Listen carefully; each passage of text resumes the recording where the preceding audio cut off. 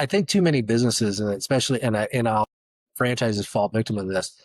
They don't understand you've got a goal, then you've got strategy, and then you come up behind that with tactics. And people usually miss the strategy. They have a goal, and here's the tactics I'm going to get there, but no strategy. And when you don't have that strategic intention, it's very easy to get distracted by some shiny object that comes out.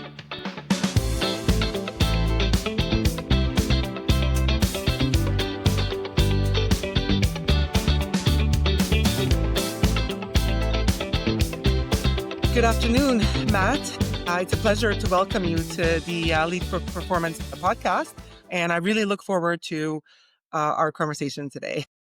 Good. I'm happy to be here. Thanks for having me. Yes, absolutely.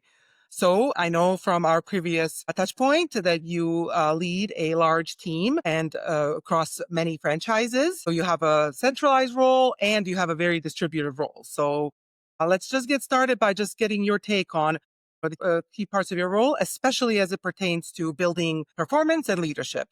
Sure. Yeah, well, currently I serve as the Chief Operating Officer for Fastest Labs, which is a drug and DNA testing franchise. Prior to that, I was with Neighborly. I was the most recently the brand president of Mr. Reader Plumbing. And prior to that, I was president of Five Star Painting. I've also worked in Sylvan Learning Center franchise. So I've been in franchising for 27 years. Franchising is one of those great business models that allows you to get into the marketing side, gets you into the operations side, gets you into the real estate side. A lot of legal ramifications, a lot of finance support. So in my current role, I've got franchise development, which is our sales department, so is looking to come into the franchise ownership and go it through franchise development. Then we have our operations team that would do all of the onboarding and training to get them up and going, including real estate selection. And then you've got the ongoing operations plus marketing plus just your annual events that go involved with running a franchise company, such as file loans and annual board reports, quarterly reports, etc. It's fun because you it's kind of like you're the conductor, right? You've got like I'm not the one playing the horns, I'm not the one blowing on the reeds, but I'm conducting the people that are doing that and have to understand what good looks like in each one of those areas. Also, what are the resources and staying up with as the times change, not just technology, but just human behaviors change and evolutions to keep up with that, to make sure that I'm either pushing them towards the right resources or responding to the request for the additional resources, whether it be personnel, training, technology, whatever it is. Fun. It's a fun area to be in because you get to touch everything. And then it's just the ultimate reward of every day I get to see somebody open a business, see somebody hit the next milestone, somebody decide to expand to a second territory. It's very rewarding to see those changes and effects happen. Wonderful. Well, yes, you have such a rich career, lots of experience across all these different areas and different challenges. So I'm sure that we're going to get into a really interesting discussion to share some of the approaches and challenges also in the ever evolving area of developing people. So one of the things I wanted to start by asking is, I know that you think of yourself as a old school leadership style, and I actually can relate to that very much because I use it a little bit differently, but I like to call it back to basics or first principle thinking, which never goes out of style, in my opinion, no matter what's happening. But I wanted to just ask you kind of like, where does your, that label come from and what does it mean to you? And what are some of the, traditional leadership practices that you are finding still very effective, even in the fast moving modern times? Yeah, so I guess when I say old school leadership, I mean, I still believe in the concept of asking somebody a question face to face, listening to the answer, maybe asking a follow-up question, see where the conversation goes, versus you hit them with either a Slack or a Teams chat. Look, those tools are great, and I use them every day. They're great, but you can't use those instead of the leadership, instead of managing your people. So just having the general conversations and making sure that the technology that you're using, like we use a ClickUp, and I've used Mondays, and I've used other project boards at other places. Here I'm using ClickUp, and it works great. But you got to make sure that that tool is enhancing the human interaction, not replacing the human interaction. And I see too many companies, especially some of the vendors that we've evaluated, where complete remote workforce, and but they haven't talked to one of their team members either on the phone or on a video call or even in person in 4 months. It just doesn't make. I'm not saying that can't work. I'm saying it doesn't work for me. So finding the style and finding the group, my tribe is the type of people that like to just let's sit around a table and hash something out for a little bit, then go back and use the technology to make it even better and bring it back to the committee or bring it back to the board. Perfect. And that makes a lot of sense. And like I said, I really appreciate that. I could guess that some answer was going to be about some, you know, basically traditional approach of speaking that you highlighted, speaking people, keeping things people first. And that I think that's never going to go out of style, Yeah. Yeah. even And in a remote. Yeah. yeah. And then it's just, and I don't think this is old or new school. I think it's just common sense. If I hire people for a specific skill set, I mean, I'm hiring for what's in their brain. So I focus on the what, not the how. If I got to tell you how to do your job, I probably made a bad hire or I'm the wrong manager. And let's all agree on what we're going to accomplish. Then let the smart people in the room for their specific skill sets tell me how they're going to do that. Do we have the resources? Do we not have the resources? And of course, I want to be a part of the conversation and help out. But again, it's just had a very wise leader. I was blessed to have a very wise leader early in my career told me focus on the what, not the how. Yep. Hire the right people; they'll tell you the how, um, and go from there. Yep. That That's makes worked out sense. well for me. So your teammates members are never going to worry about you micromanaging them, and Right? that's a huge. Yeah. That's a great Yeah, those thing. are you. If I'm micromanaging somebody, I'm probably going to put them on a performance plan pretty quick because I don't like to do that, and they're probably not on the right person on the team. Yeah. And yeah, I cannot agree with that more. So one of the things I'm definitely interested to explore with you is kind of influencing without some of the direct authority, which is of course inherent in the franchise model. Sure. That's one of the things we're really looking to explore with this podcast and with our audience is how some of the, to share some leadership and performance practices in different industries and in different models. And certainly the franchise model is unique in that there are some aspects of systemized or centralized decision making, but of course, by nature, you have a lot of business owners that are running their own show right in their own way. So I just wanted to open that kind of conversation and see how do you lead people in this type of structure. Well, it's a great question, and it's one of those. It's going to be a fairly. It's going to start out straightforward, but it end up being a very complex answer because Perfect. it is. I think franchising is the ultimate test of any idea Hmm. because you've got your internal, your corporate team, who are my direct employees. They take direction from me, collaborate, we work together. And then you've got the larger network of franchise owners, and they are business owners. They're not my employees. There's no do it or you're fired with franchisees. So that is both a test of leadership, but it's a test of the idea because you gotta bake out these ideas and initiatives to the point where they make sense. You've got the training component with them, but also somebody can with relative ease see the investment of human capital, financial capital, time capital, whatever the actual cost is, and easily calculate what the return on investment and does that fit with their life goals? Does that hit with their financial goals? No, but at the end of the day, like my franchisees, we've got very specific things that I can say like these are non-negotiables. Okay, Mm. the logo, the colors, what we service, how you get there. Like they don't have to follow exactly what I. So I've got to make sure the idea, the presentation, work with them to come up with what problem we're trying to solve, how we're going to solve it together, put that package deal together, and get them to the point where they just want to incorporate and follow and champion ideas. And there's a lot of ways to get there. It really depends on what we're talking about. For marketing techniques, it's a different conversation than sales techniques. Then we and I don't want any of my franchisees to hear this and freak out. We're not discussing making a real estate size requirement change. But if we were, you can imagine the sensitivity of that conversation that we would have, and we would need to get our franchise advisory council involved. We need to have some independent research to put this together. Let franchisees have a seat at the discussion table. I always say in franchising, it's one of those things where you, as a franchisee, and I've been a franchisee, you have a voice but not a vote. You got to make sure that that voice is heard, because that voice is incredibly powerful and valuable to a franchisor. Understand that I don't sit in their seat. At the same time, they don't sit in my seat. So we've got we hope that our goals are not competing, but at times it can feel like they're competing. Yeah. I wonder if that actually helps. I like that you mentioned that you have been a franchisee. Does that, and I know that's also a common thing that can happen in any industry, right? That you've been there and then advance in your role. How critical do you think that kind of experience is in as a success for your success as a leader?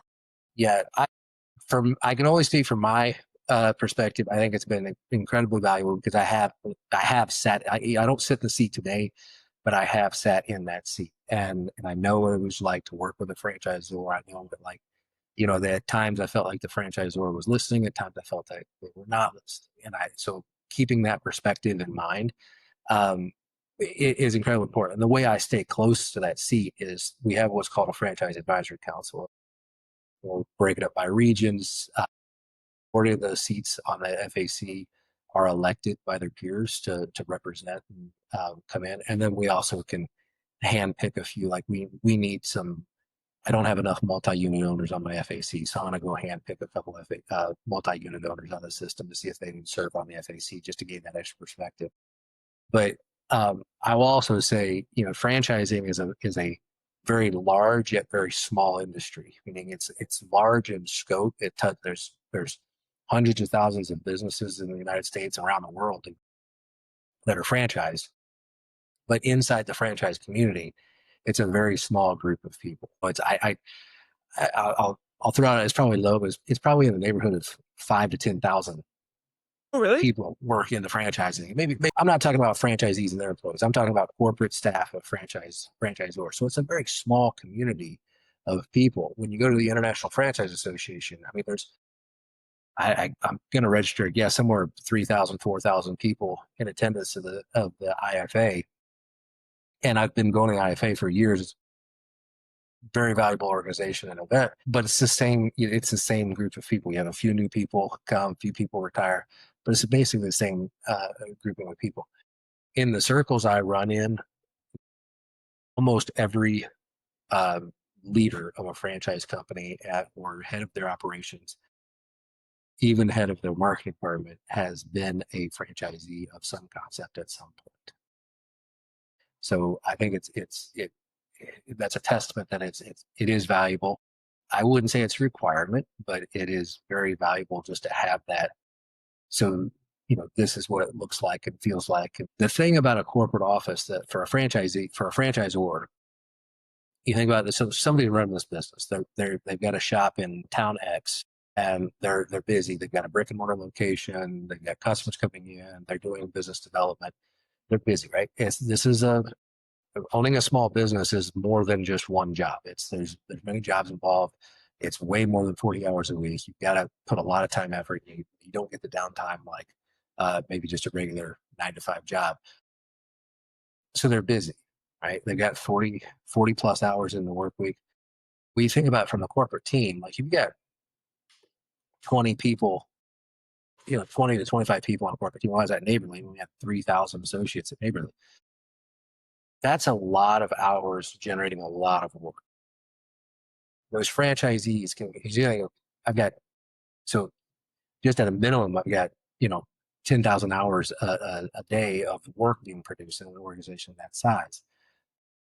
Franchisees have maybe 45 minutes to consume what we're producing. You've just got to think about it differently. And if you haven't sat in that seat, you lose sight of that. And you think, when it's out of sight, out of mind. Like I don't Yep. visibly see them in their shop right now. So your brain is like, oh, well, they're just waiting for something to do. Let me fill that time for them. And that's couldn't be further from the truth. They're busy.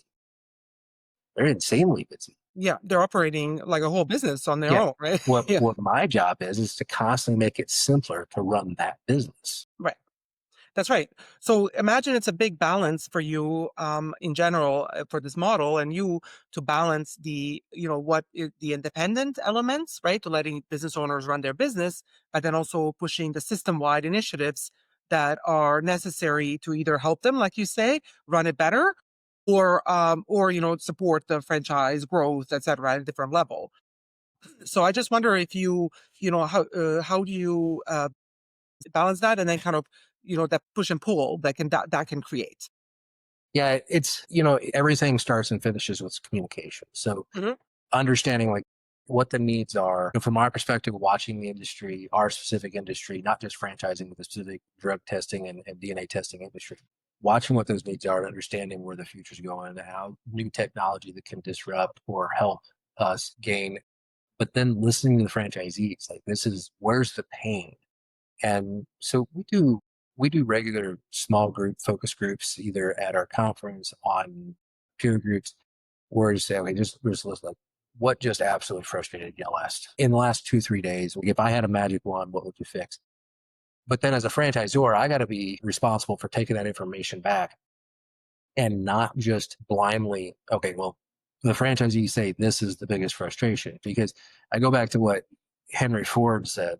If he asked his first customers, if he asked them what they wanted, they said that a faster horse Right. because Yes. they didn't have the concept Yeah. of the automobile in their mind. He Yeah. did, but how do you convey that? So I've got to be watching the industry, watching technology, listening to the franchisees, and rather than instead of getting caught on the feature, I'm listening for the benefit. Where's the true pain and where's the true benefit? And then what feature gets me there or helps get them there, whether that's a Yeah. redesign That program, makes a lot of training, sense. or a new piece of software. You also have to be conscious, like you can only have in your tech stack for a franchise company, you can't have 15 separate items in your tech stack and expect people to be successful there.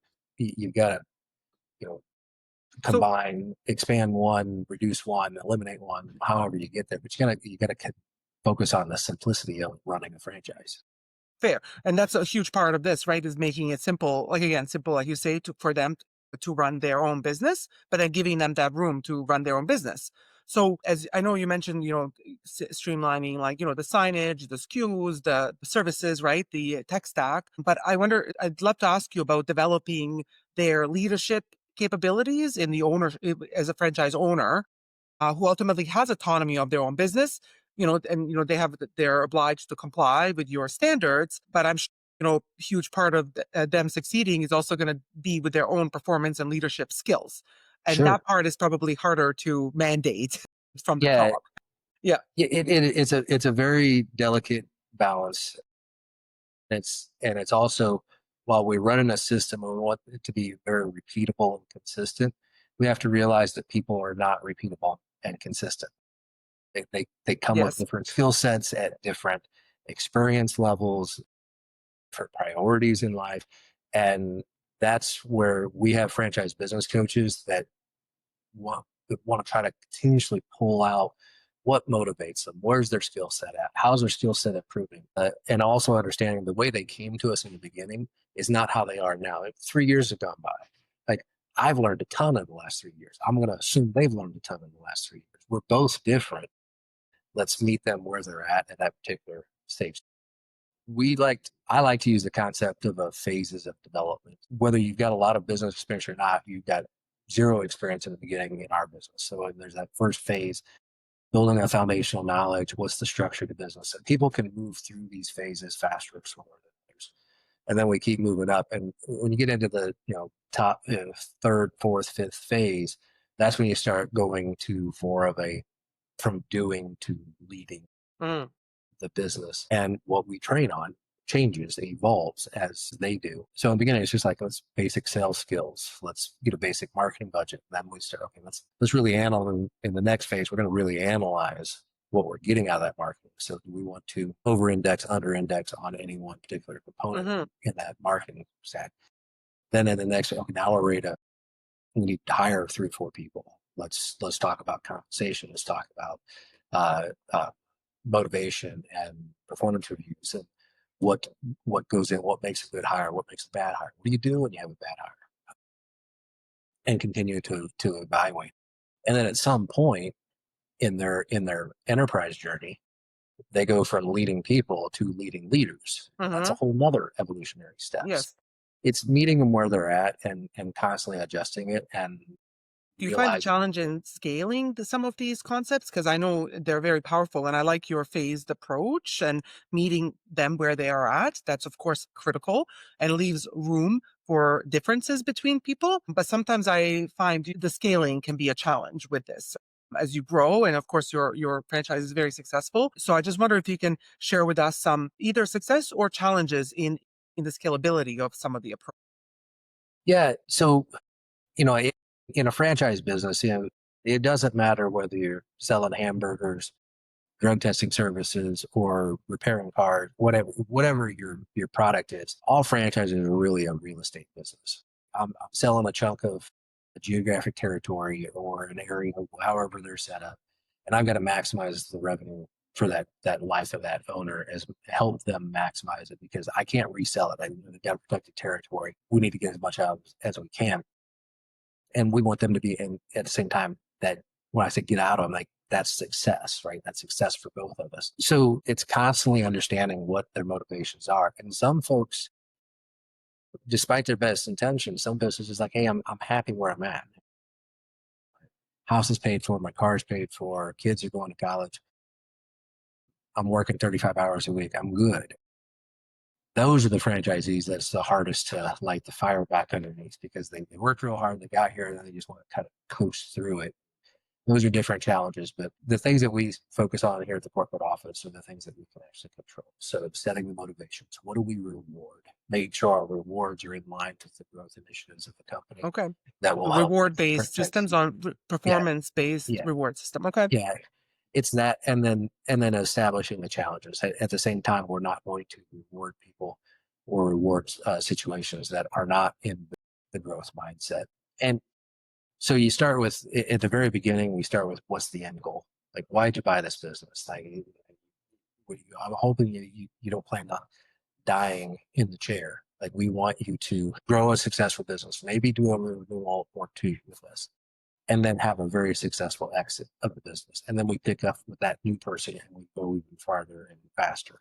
So we want to continuously bring it back to the why, but also understand that over a period of time, when we sell 10-year agreements, 10 years is a long time. So my goals today, I can guarantee will be completely different in 10 years. I can't even imagine what my personal goals are. Why would that franchisee be any different? So making sure we're constantly understanding, and they might come to me in year 6 or 7 and say, hey, I'm good. I had fun, but I'm ready to sell this. I've got another opportunity. I'm ready to go sit on a beach, whatever. Then that we have to help them with a Yeah. successful reseller. That's a really great. I mean, it's always a good reminder to everybody. And I know with our audience, I want to highlight that remind of the why, right? Like coming back to why did you buy this and why are you doing this? And then to what end, right? Are we looking at? That is always, sometimes in the society today, we're all jumping on improvements and leveling up, but being connected to that why is critical, right? And I love to hear you highlight that.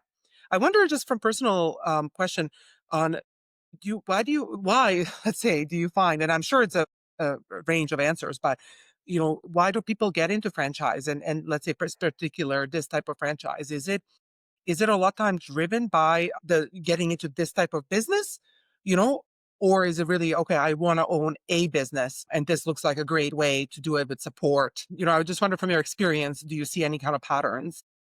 Yeah, there's several reasons to get into franchising. There's several common reasons.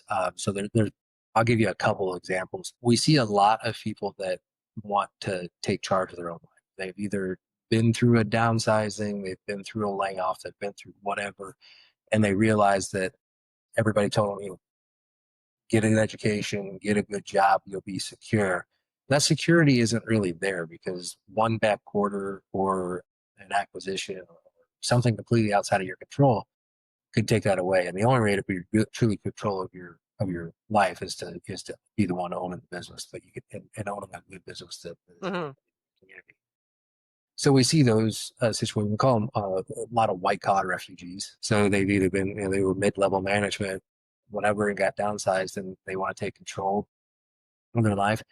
We also see people that are experts in the trade that we operate in come in, and they want better systems and structures for managing the people. Like they might be at whatever your widget is, they're just so gifted, talented. They know they've put a lifetime of effort becoming the master of that widget.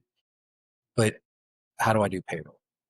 How do I market for Yes. my services? And they want those systems and structures. So those are the more of a roll in category.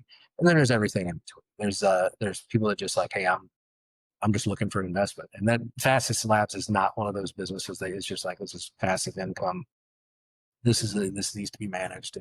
There are franchises out there that are like that. This isn't one of them. So this is one where you take an active role in running it. We're not looking for people to buy themselves a job, but we are looking for people to run the business side of it. So there's lots of reasons in between. That makes a lot of sense. That makes a lot of sense. It gives you like, be it that you like the expertise or you like running your business. This seems like a really great way to get to do it with support in the place, right? So you're not starting from scratch and you have to figure out everything. But yeah, that sounds like that makes a lot of sense. So I was ask you, but ultimately joining whichever way you come in, the franchisees they are business owners, right? And they end up like exactly you have to run you still have to you have the support, but you have to run revenue, you got to make profit, got to hire, fire, make this operational decisions. How do you and I'm sure the answer is yes, but I just wonder how you deal with franchisees who might not have business management experience or business acumen, right? And running their own business. No, with all the support tools in place, there's still you can benefit from everybody benefits from business management Sure. experience and skills. So I wonder how do you see them? How do Yeah, you might support that, or do you see any gaps in that space? yeah, and I tell you, franchisees run the gamut, right? They personalities. Yeah, I bet. They from when their age when they enter, their experience level when they enter the business ownership world. Maybe they've got previous business ownership, but that's what a franchisor's responsibility is how to take people that don't have that next big business idea, they don't have incredible business acumen, and help them be successful using my systems, using our products, our technology, our Mm, methods of operating. So standard operating procedures, et cetera. And that's what we as franchisors are charged with is, I don't, if you're the business owner and you're starting independent, complete, on your own startup from dirt to bricks startup, you've got to do extraordinary things to get ordinary results. What we need to have is let ordinary people get extraordinary results by using our that's system. a cool way to look at it. Yeah. Yeah, so we think about, and that's we don't always get that right, but we try to get it right more than we get it wrong, and I with good partnerships with our existing owners, we tend to have more hits than misses that way. But it's also not swinging for the fences. I tell people all the time, like in a franchise in this business, there's going to be a million things that we're not good at, but Mm, we're good at the things that matter. We're good at the hmm. basics. We're not gonna get on the cover of Glamour magazine for running the fastest laps, but we're gonna do the blocking, tackling, the basic bread and butter stuff better than anybody else. That's why part of being successful, especially in a business like this, is just being really good at the boring stuff. Just every detail matters. Chain of custody, paperwork, the communication, all of that is what makes you successful. So we're not looking for 50% growth. I'm looking for, let's go down your P&L and see where we can get 1% improvement in 5 different places. And then next quarter, we're going to look for 1% again in 5 new Right. places. Because it's getting amplified, right? So it's a Yeah. different way to look at it. Yeah. Absolutely. Yeah, that's yeah, I like the idea of that model. I was like, "Oh, Yeah. you Because, convert me." and sometimes franchisees are a little disappointed that we're not swinging for the fences. But, my goal is to get them to stop swinging the fences and just get on first base. And then we'll talk about we'll build from there. But it's making sure that we're both meeting them where they're at and setting what is the most appropriate goal and how's the resources to get to the next level.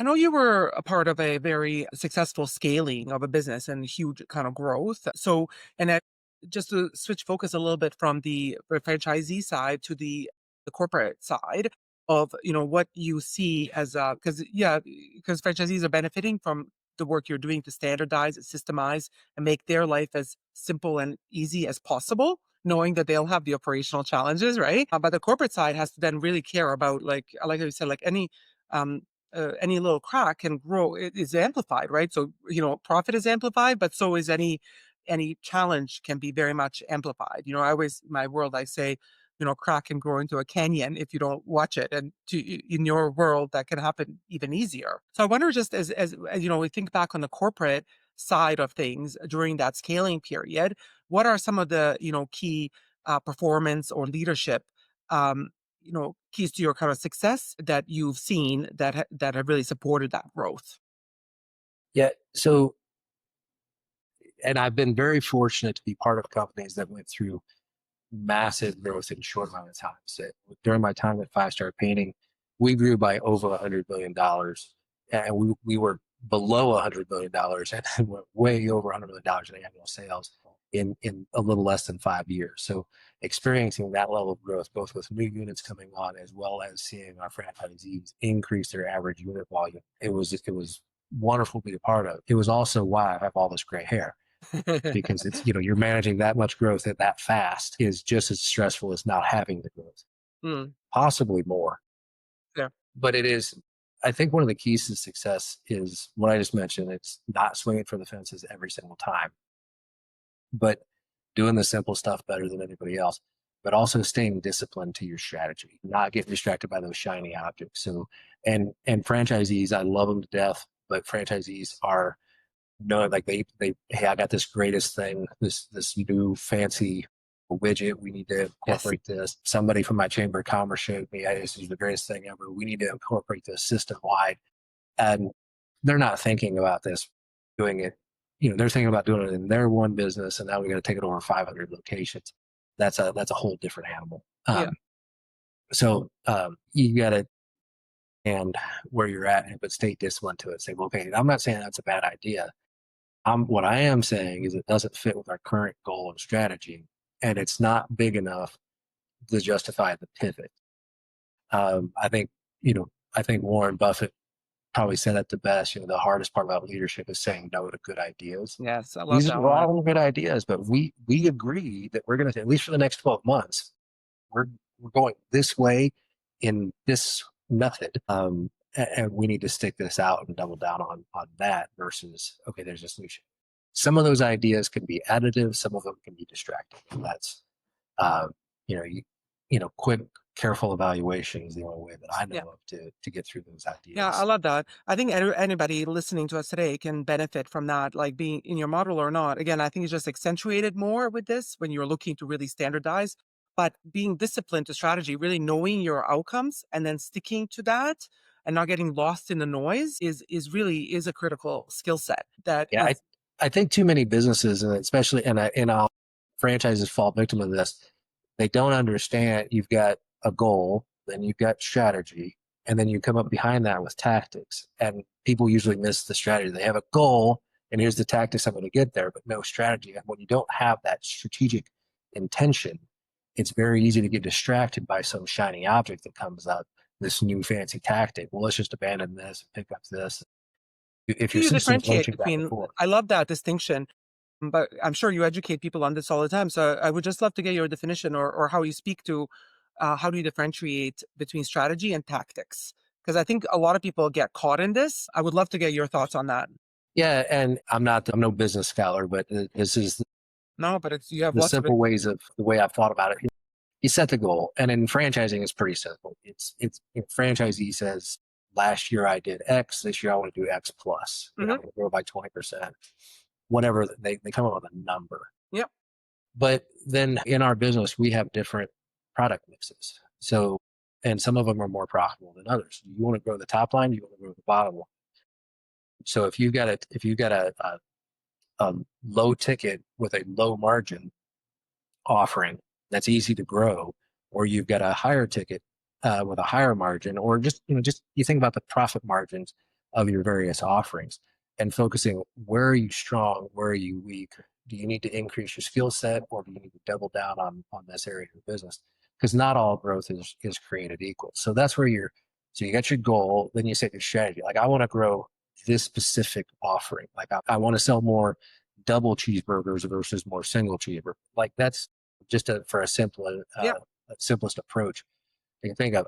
So making sure that we're focused on that higher margin to grow the bottom line. Because the fastest way I've found to get franchisees to want to grow their top line is to show them how fast the bottom line grows. Because again, if you can grow the top line and sacrifice your margin, you're just working harder for less results. So that's so you've got your goal. Now we're gonna index on a certain number of product offerings or service offerings, and once you decide that, then you know what tactics to use. Like the tactics come and say here's the tactics to grow this particular product line versus this particular product line, and then you Yeah, implement I love those. that. I think It's that that's a very very that I do, and I appreciate that. You're not like you're saying I'm just a business owner, but I actually appreciate the practicality of some of this stuff, like because it's like that's a lot of times we can get lost in the books and very smart people, but what does it look like in action? I think it was very clever, very good distinction.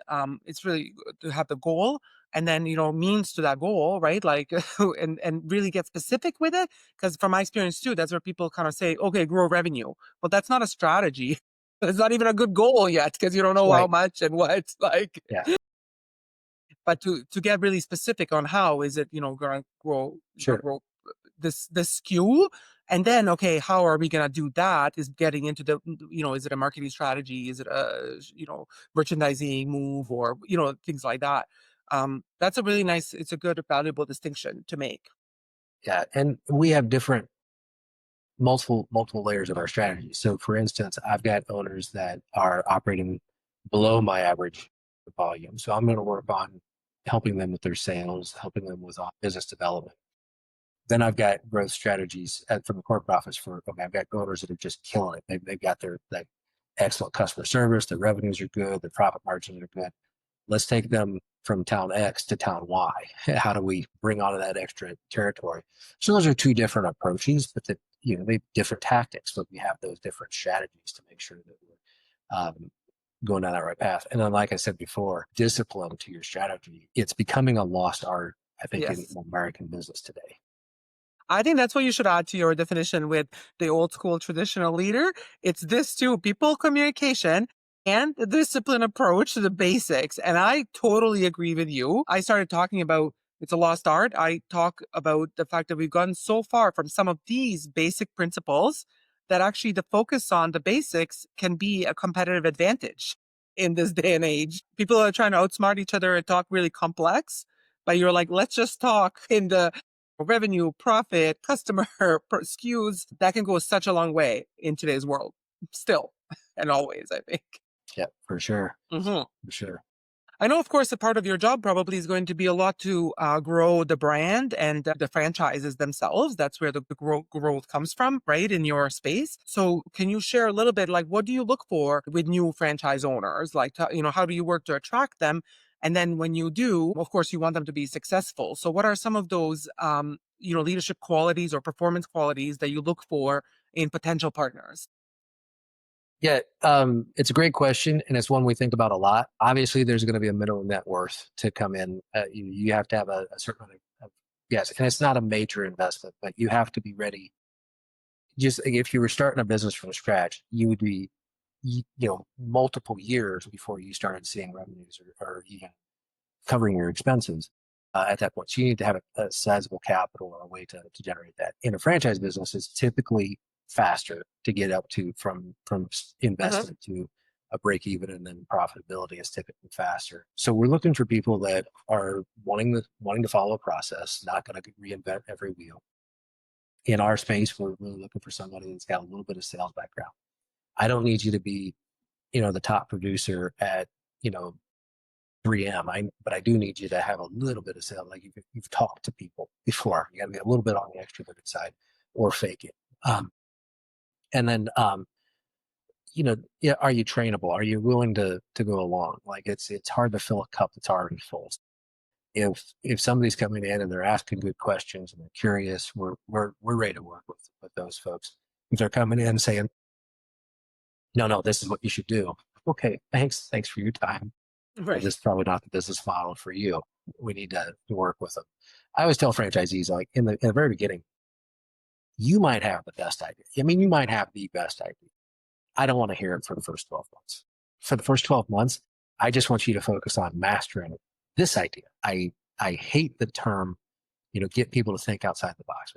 When you hear that phrase, well, you just got to think outside the box. Well, that is too often incorrectly assuming that they can think inside the box. Let's focus on the box. Let's That's master everything inside that box, and then we can start looking to the outside. I like that. Yeah, I like that because it comes back to some of those fundamentals, right? Like you have to first, set up run the basic, the boring stuff, as you say, which I totally agree with. Master that, show success, and then we can talk about improvements, right? But it's so human nature to do the, jump the cart before the horse kind of thing. Yep. And more than anything, we're looking for the right attitude. Right. Yeah. There's skill part is what we can. That's the skills that we can teach, like Yeah. the actual technical components of Yeah. Right. drug testing. Growth mindset, probably like that's that trainable part. That's teachable. Yeah. But I'm looking for that attitude. Yeah.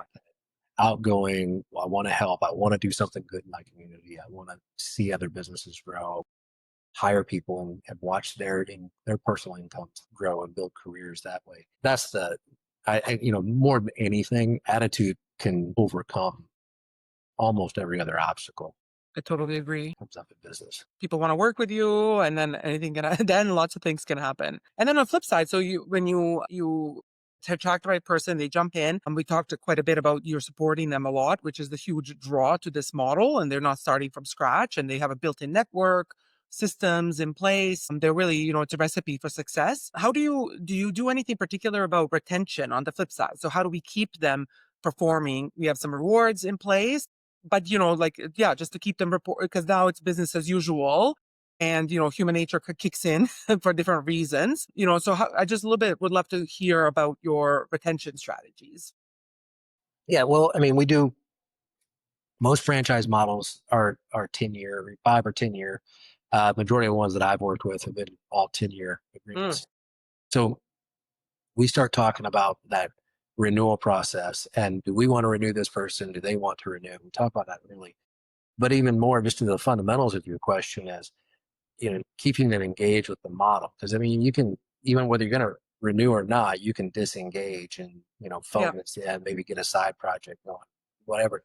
Keeping them engaged. So it comes back to one of the very first things. It starts with good communication, and good communication is concise communication that is on topic. Like, you can't send franchisees an email that takes 3, 4, 6 scrolls to get through. It's here's the topic, here's the benefit to you for doing this, here's the detailed instructions for executing. Like, it's got to be that simple, and wanting them to do it. So you show them respect, you keep them involved in the conversation. What I found with franchisees, whether they have a decision making authority doesn't matter as much as they feel like they went on the same discovery journey that I went on, as we're upgrading software, changing out marketing tactics, whatever that it is. They feel like they've gone on that journey of discovery. So show them, don't be afraid to open up the doors to the conference room and say, okay, well, this is the challenge that we were looking to overcome, or the opportunity we want to capitalize on. These are the methods that we saw that were possible. This was the investment to get there, and this was the calculated result. Let them walk through that with you, ask questions, point out some things. Because you're not, like I said, I'm not in the seat of the franchisee. It's important that have check-in points of what is going on. If you can do that and you stay engaged with them, then keeping them engaged, I've found to be a lot easier. And then if they're engaged, they typically are performing well, and then they want to either do a renewal, or if they're at that retirement point of their life, uh, then do a successful exit. But we start talking, if somebody's not performing well, and we've tried, franchise business coach work with them, I've worked with them, and they're just not performing well. We don't wait until, okay, your contract's up to renewal next Right. month. You Yeah. want, Proactive. we're not going to spread that. that's not, it's borderline unethical to do that. I start 2 years out. So you're on your eighth year, performance isn't great. The first conversation is, hey Bob, you're 2 years out from renewing. And I'm gonna be honest with you. If performance continues, you're not gonna be able to renew. Well, we got some options. We got 2 years. We got some runway to think about this. What do you want to have? Do you want to grow this thing up, exit? Do you want to grow this thing up, renew? Do you want to just, you know, take your toys and go home and you're done? And all of those are good options. It's your choice as a business owner. What do you want to do? Yeah. But we've got 2 years to come up with a plan and figure out what tomorrow looks like. Having that conversation very respectfully, very confident, very privately, um, so that it is, done the right way is important to save respect, save face. A win-win situation just looks very different, like Yeah, than normal. yeah, Yeah. and and when I've had those conversations and we started the 2 year mark out, I will tell you more often than not, the franchisee is like, you know what, I have checked out a little bit. All right, you got my attention. What's involved? What needs to happen? And then let's put together a plan. Then then Bob and I are now partners in re-engaging the business, re-engaging him, putting the resources together, putting the action plan, what actions he needs to take, and not trying to boil the ocean. Here's the two things I need you to do over the next 2 months, and then we'll tack on the next Nice, two things. nice. Well, I really enjoyed, Matt, talking to you. I enjoyed very much the systemized approach that this takes to support the franchises. And I feel like anybody that might listening that's interested probably learned about a really great way to get into business with so much support. As we kind of wrap up, like, is there anything else that you would like to share with the audience today? Well, I mean, so franchising is one of those industries that very few people seek to go into, especially at the corporate level. I think you fall into it. Like I was a mechanical engineer, and that's what Mm, I went the engineering route. I worked at various engineering companies, even worked in aerospace for a time. oh, cool. And then I had the opportunity to buy my first franchise with my wife, and I was just like, I love this business model. I'm in business for myself, but not by myself. I've got resources. So the kind of the 2 points is there's a franchise out there for almost every person to meet their needs. So take a look at those. I love this industry. This is the fastest way that I found to grow and scale both yourself as well as your income potential. But also for the young folks that might be listening, I love to go into business colleges and talk to people, kids that are getting ready to graduate about.